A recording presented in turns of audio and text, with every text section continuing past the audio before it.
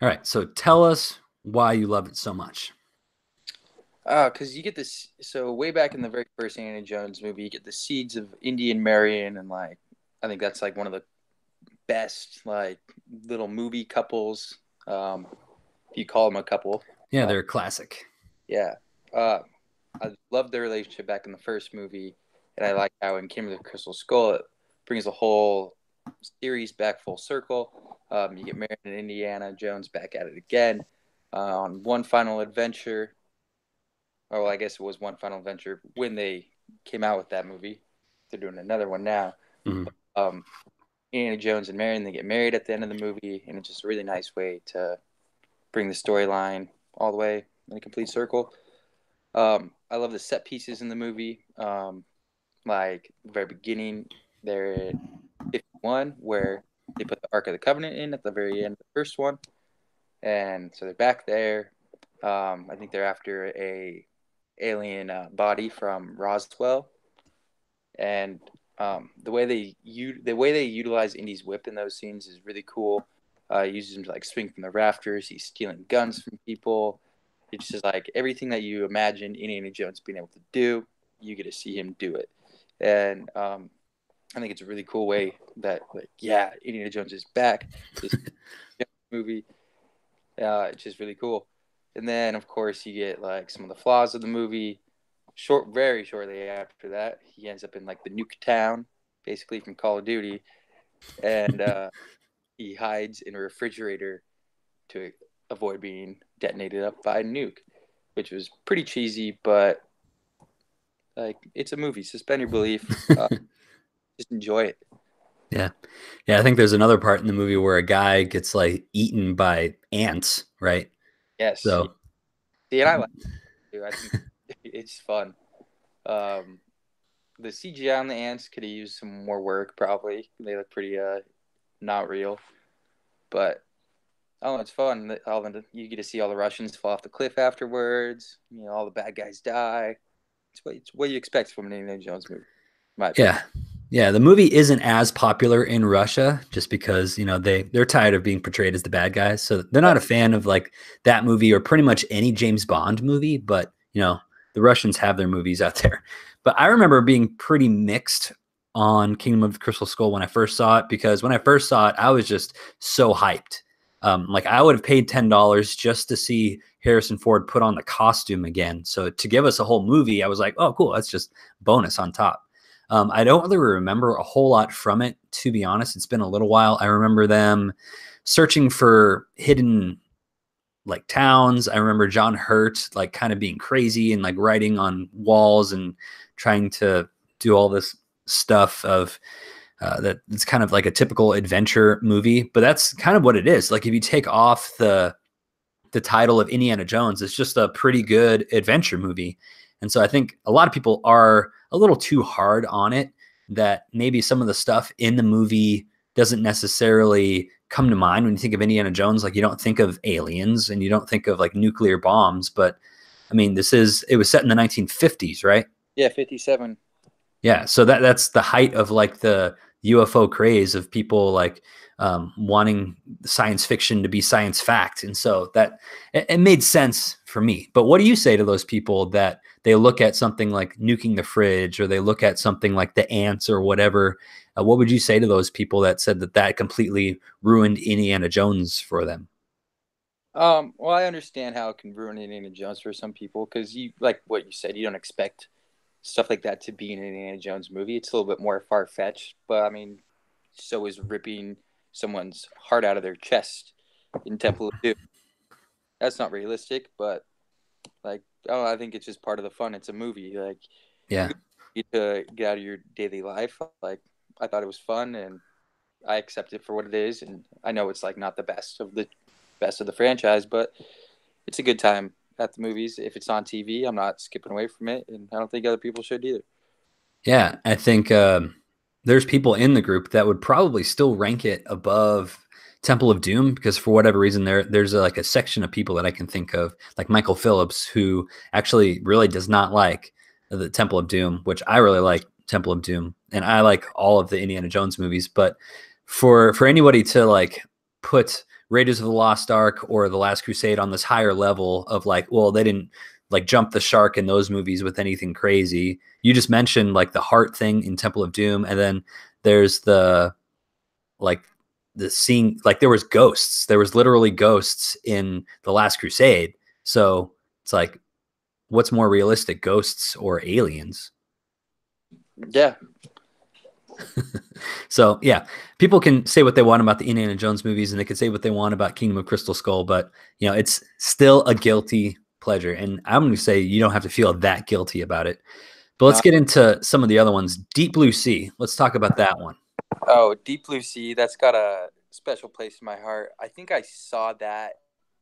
My dad showed it to me right after he showed me Jaws for the first time. And talk about polar opposites of movie quality. But God, I had to have been probably about like 8 years old when I first saw Deep Blue Sea. It just got like really funny dialogue. It's got, I think, LL Cool J, Samuel L. Jackson's in it. Right. It's just a fun shark movie. Very far fetched, but not as far fetched as Sharknado or anything like that. Right. There's one line in the movie that always stood out to me. It's like, I think it's from the scientist character. He says something like, "Oh, you think water's dangerous? You should see ice. It acts like it's alive. Like it already killed the world once, and now it's got to taste blood." Now it's got to taste the blood. Worst dialogue ever, but yeah. I think that's part of what makes a guilty pleasure. Yeah, it has those moments to it. All I really remember from the movie are moments like spoilers. So if you have not seen Deep Blue Sea and you don't want it spoiled, spoilers. I remember Samuel L. Jackson's character just getting destroyed by that shark, and it's actually pretty unexpected. So I'll give props to the movie for that. That you don't really see it coming. He's just monologuing, and then all of a sudden, shark comes out of nowhere and just like bites him and drags him into the ocean. That was pretty cool. And then LL Cool J, I just remember he was like the chef on board of the ship or something, and he had a bird. I don't really remember. Yeah, I think his name was Preacher in the movie. But yeah, he was the cook. He even has a line in it like, "Man, I hate it when stuff like this happens because the brothers always die." Yeah. Like I love it because it's like self-referential. Like it makes fun of other movie stereotypes. Well, as well just being a fun, corny little blockbuster movie from the 90s. Right. And wasn't the main character is Thomas Jane, right? Yeah. Okay. So that was even before he was kind of I wouldn't say he's really a household name, but people at least know who he is now. I don't think anybody really knew who he is back then. But yeah, so what was the deal with the sharks? Like the sharks somehow like became really smart because of experiments or something like that? Genetically engineering them. It's been a while since I've seen it, but if I recall, they were genetically engineering the sharks to make them smarter. I can't remember the purpose behind it. Yeah, they just want smart sharks. Movies, it goes bad. Yeah, it went bad, and it went very, very bad. Where is that on the tomato meter? I want to see. So, I mean, not that the tomato meter is the end all be all of a lot of these movies, but I do think it's a good gauge. Deep Blue Sea. Well, it's sitting at a 5.8 out of 10 on IMDb. Pretty low. So it came out in 1999, so that surprises me a little bit. Actually, on the tomato meter, it's at 59%. So that was a lot higher than I thought it would be. Oh, they were trying to find the cure for Alzheimer's by sharks. All right. Makes sense. But it does have a really low audience rating. So it's like 38%. So yeah, that's pretty low. And Stellan Skarsgård's in the movie. I don't remember that. Cool. Yeah, I think 1999, I think it was around the time that we started having a lot of those kind of like disaster style movies with like an animal. And I think there was another one with a crocodile. Oh, like Lake Placid, I think. Yeah, I almost put that one on my list. I remember seeing that on the Sci-Fi Channel for the first time. Yeah. Stuck through the marathon to watch all three of them. Yeah, well, this is like, you see Deep Blue Sea and Lake Placid. That's kind of like the prototypical sci-fi movie, like at the Sci-Fi Channel. So if it weren't for these movies, we wouldn't have the Sci-Fi Channel, people. So they've served their purpose. Yes. And then lastly, you wanted to talk about Not Another Teen Movie. Yeah. This was a movie I first saw when I was probably about 10 or 11, maybe 12 years old. I'd just seen the American Pie movies for the first time. And then I think my older brother showed me Not Another Teen Movie. And I thought it was just so funny because it spoofs all those movies. Mm-hmm. A completely outrageous way. Like, if you think American Pie is outrageous, like, Not Another Teen Movie just, like, blows it out. Yeah. He, like, about Chris Evans. He's, like, the high school quarterback, like, big jock, superstar guy. And his buddy challenges him. Like, I think he just went through a breakup, so his buddy challenges him, like, oh, I bet you can't make, like, the ugliest girl in school, like, the prom queen. And but I can. And so he, like, goes after this girl named Janie. Like, but, like, in his way is his sister, who's, like, trying to sleep with him. So, like, just super bonkers out there. Right. And then the sister just very quickly does, like, a complete 180, and she's like, you know what? I'll help you, like, change this girl around. She, like, gives her a makeover, makes this girl look like a supermodel. And then I think she does become prom queen. The standout scene in that movie to me is a moment where Chris Evans is, like, trying to seduce her, and he, like, puts, like, whipped cream all over his body and, like, a banana where his, like, appendage would be. Yeah. And it always cracked me up as a kid. There's one I had a lot of fun with when I was younger, and it still makes me laugh when I go back and watch it today.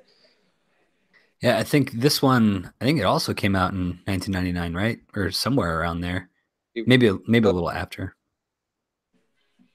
2001 is what it was. But the movies that it was spoofing, that was around, like, late 90s, early 2000s. You had a lot of movies like American Pie, and I mean, there was Clueless earlier in the 90s, but then, like, She's All That, Can't Hardly Wait, 10 Things I Hate About You, Never Been Kissed, like these types of movies that I think it spoofed really well. And it was almost like, well, wasn't the high school actually named, like, John Hughes High School or something? Yeah. Yeah. So, I mean, there's so much gold. And I bet this is probably one of those movies that ages a little bit better given some time, because these movies are now so nostalgic. So if you look back at a movie that makes fun of that nostalgia, I bet that's probably still really good too.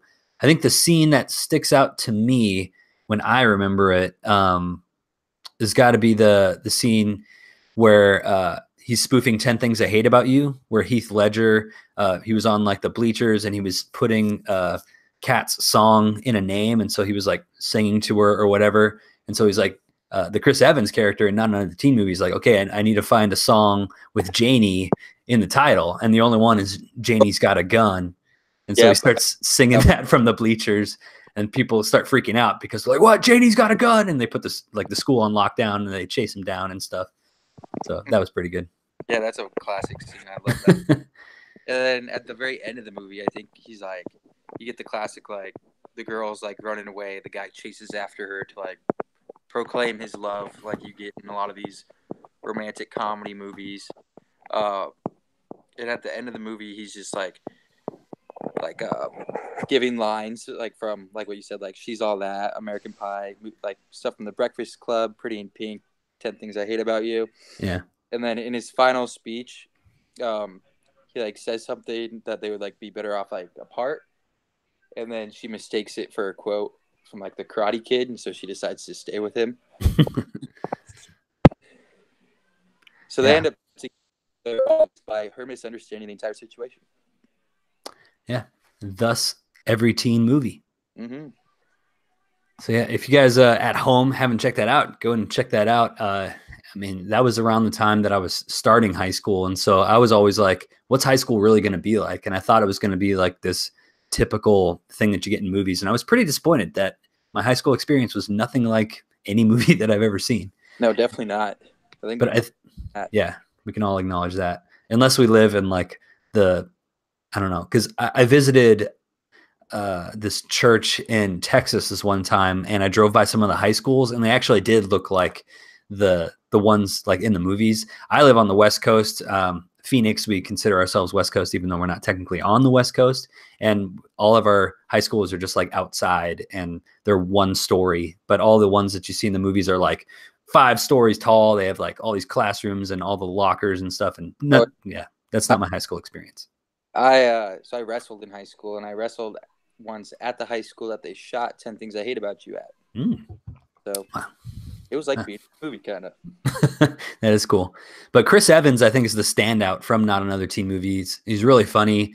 And then I loved seeing him again in Fantastic Four. Maybe that could be another guilty pleasure movie that we talk about. But we wanted to end today's episode, since we are going up to Endgame, talking about one of the Marvel movies that gets a little too much hate. And so, speaking of Chris Evans, we're going to talk about Captain America: First Avenger. Now, this is a movie that when it first came out, I was like, wow, yeah, this was pretty good. And then when other movies came out, I was like, okay, yeah, it's not as good as these other movies. But then I revisited it pretty recently. And for me, it just stands out. Like the look of the movie, the tone of the movie, everything is actually pretty different from a lot of the other Marvel movies. And so for people who think that Marvel movies are kind of just like cookie cutter movies, I think the First Avenger actually sticks out and is one of those ones that it's like, wow, no, this is actually something pretty special. So we wanted to take some time to talk about it. Anthony, I know that you like it a lot. Why, what are some reasons why you like the First Avenger? Yeah, so I actually just rewatched this probably 2 or 3 days ago. And I forgot like a lot of the stuff that I loved about the movie. Like when I was looking back on it, like prior to rewatching it, I thought it was a lot more fast paced than it actually was. But I like how more slowed down it is. I forgot a lot about how for a good chunk of the movie, Cap's just like a propaganda piece. Yeah. Goes on like a national tour, like Dancing with the Girls, fake punching Hitler like 1,000 times.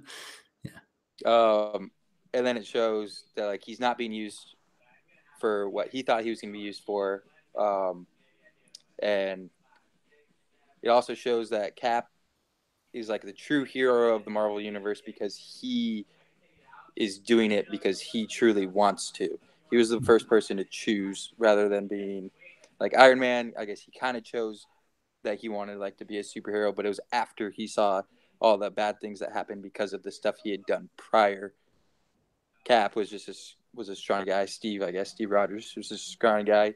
Got rejected so many times, but through persistence and just like having good virtues and values, proved himself that he was worthy of being Captain America. Yeah, I mean, if you look at like Thor or Iron Man, they both had their kind of their cave scene. Like in Iron Man, Tony Stark had to go through that cave to become a different person. And in Thor, he kind of had to be humbled to realize how arrogant he was. And he had to be humbled by becoming essentially a human and learning that there's power in just the way that you treat people and the way that you love and the way that you act. Whereas Steve Rogers, that's just always who he's been. And so I can maybe understand some people who don't like the Captain America movies. They say that Steve Rogers is like a boring character because he's just too good or he's just too morally right all the time. And I would actually push back against that and say that it's actually really hard to be morally good. And it's really hard to choose to do that over and over again. So being the way Steve Rogers isn't easy. And I don't think it's easy for him because you can see throughout the other movies how much of a toll it takes on him. And you kind of start to see that at the end of the First Avenger, just the choices that he has to make for the good of others. It takes things away from him. Like he lost Bucky and he lost Peggy. He lost every single person that he knows because of his choice to serve humanity instead of himself. Mm-hmm. And so those are some of the reasons why I really like the First Avenger. But did you notice what I was talking about? Like the tone of the movie and the look of the movie, just like the look of the movie. I think it's one of the best looking movies in the MCU, in my opinion. Yeah. It just is so different from the other Marvel movies. I think by the time we got to like Ant-Man or whatever, like, you know, kind of what to expect, you know, the beats, and even the movies look pretty similar. But going back and seeing the First Avenger, like it felt like the movie The Rocketeer or something that was like something almost like Indiana Jones. Like, yeah, it had a very much adventure film feeling to it. Yeah. And so Indiana Jones with superpowers is basically like what Captain America is. Yeah. And even superpowers is like his only superpower is that he's just like really strong and really fast. Like, so he's just like a regular human, but just like amped up. Like, he doesn't have magical powers. He doesn't have like all these other things. He's just like the best version of a human that exists. Mm-hmm. So, what would you say to those people who don't like the first Avenger or don't like Captain America as a character?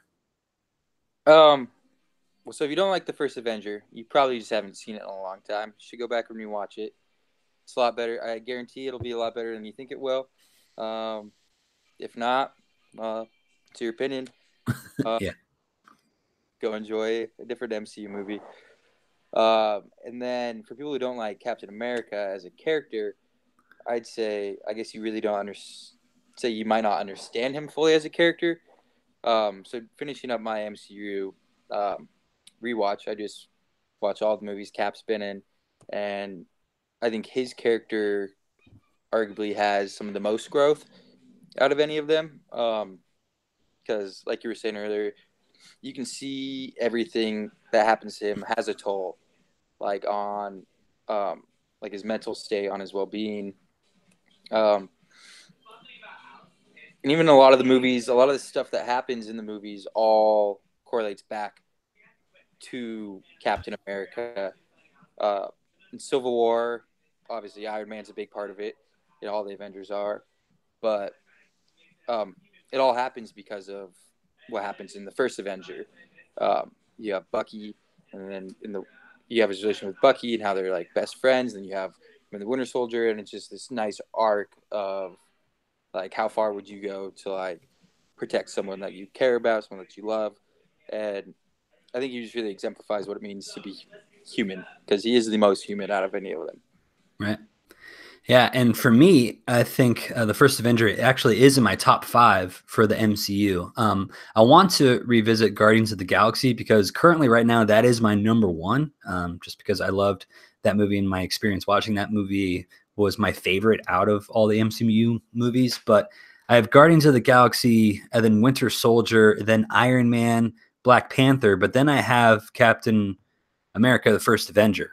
And so for me, I believe it belongs in that top 5 just because of the what we've talked about earlier and the way that it stands out from the rest of the MCU. Is it in your top 5 too, or is it at least pretty close? I think it's my number 6. Okay. Mm-hmm. Yeah, and my number 6 is Civil War. So I have like the whole Cap trilogy Yeah, in like my top 6. but I still like that. He's my favorite that has his own trilogy. Captain America is my favorite one to watch. Yeah, and it's so weird. Like if you would have said 20 years ago, one of the greatest like superhero movies of all time is going to involve Iron Man and it's going to involve Captain America, like nobody would believe you because those were second tier Marvel characters. Like nobody cared about them. They only cared about Spider-Man and X-Men. And so to start off the MCU with those two strong characters, I think it really set the whole universe apart. And people love these characters who, I mean, they were not like front runners for like favorite Marvel characters No, no. at all. So these movies have done some pretty great things. Mm-hmm. Cool. Well, as we get closer to Endgame, we'll probably have some more Marvel movies to talk about. I know that I posted a couple things about Marvel movies versus DC movies and just what sets them apart. And then we'll also do an episode on theories for Endgame. And so if you have any theories for Endgame, I want to know because I want to talk about them because that's coming up in like 3 weeks, right? Or is that 2 weeks away? Or is that 2 weeks away? I just got my ticket. Yeah, 2 weeks away. That's nuts. And so that's what we're going to talk about this month because, I mean, that's the biggest thing going on in the movie world right now. So until then, I want to thank you, Anthony, for being here today. Is there anything you want to give a shout out to before we sign off?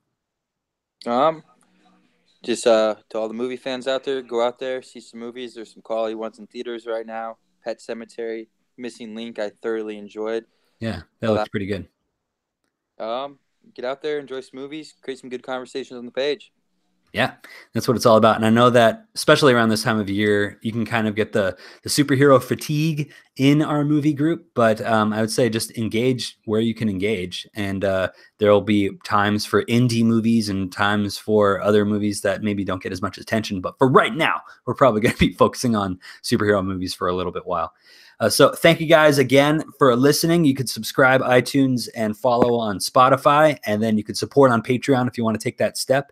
This is episode 82, and so the 100th episode is going to be dropping probably by the summertime or a little bit after the summertime. So it's coming, and that's going to be big, and that's going to be cool. So look forward to that, and I look forward to talking to all of you guys later. Peace out. Cool.